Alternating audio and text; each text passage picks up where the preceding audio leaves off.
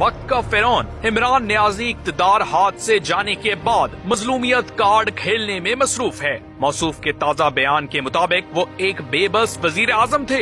इनके पास जिम्मेदारी जबकि पावर किसी और के पास थी। दर हकीकत इमरान नियाजी बतौर वजीर आजम इस कदर ताकतवर थे कि किसी भी रियासती इदारे को बासानी यरगमाल बना लेते थे। कोई फैसला मेरे पूछे बगैर नहीं होता। उनकी बेजा ताकत का खमियाजा पाकिस्तानी अवाम और सियासी मुखालिफिन ने 4 साल तक भुगता। इमरान नियाजी को बतौर वजीर आजम तैनाती से पहले ही तमाम ताकतवर सियासी हरीफों को सियासी मैदान से आउट कर दिया गया। मुझे एक सुप्रीम कोर्ट के जज ने मुझे रिक्वेस्ट की थी कि मैं बजाय सड़कों पे मैं अदलिया में आऊँ। पंजाब की सरपरस्ती की बात आई तो नियाजी साहब ने किसी तनकीद को खातिर में न लाते हुए अपनी लामहदूद ताकत से पंजाब को नाअहल बुजदार अता कर दिया। मैं थोड़ा सा ट्रेंड नहीं हूँ ना। आपने तोशा खाना में अरबों के डाके के जवाब में बनी गाला की एक सड़क पेश कर दी, लेकिन कानून की गिरफ्त में नहीं आए। जो मेरे घर के नीचे सड़कें थी वो तोशाखाना के पैसे से सड़क ठीक की। आपने ताकत के बल पर जंतर मंतर करके 23 इंसानों को धुंध में गुम करके इलेक्शन नताइज बदले।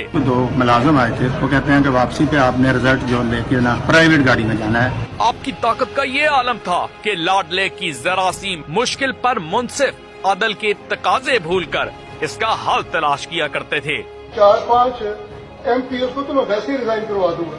इमरान नियाजी के इक़्तिदार और ताकत का नशा हजारा के नाहक कातिल होने वाले मजदूरों की लाशें भी न तोड़ सकी। प्राइम मिनिस्टर को इस तरह की ब्लैकमेल नहीं करते। इक़्तिदार के पुजारी इमरान नियाजी ने लामहदूद इख्तियारात का इस्तेमाल करते हुए आइन को रोंद डाला। एतमाद की करारदाद आइन और कौमी मुख्तारी व आजादी से मुनाफी है। करारदाद में मुस्तरद करने की रूलिंग देता हूँ। इक़्तिदार से बेदखली के बाद भी इमरान नियाजी की ताकतवर हलकों को ललकार से इसके ताकतवर तरीन होने का अंदाजा लगाया जा सकता है। शर्म आनी चाहिए तुम्हें, शर्म आनी चाहिए तुम्हें। तुम्हारा काम है अमन, लॉ एंड ऑर्डर आपकी जिम्मेदारी है।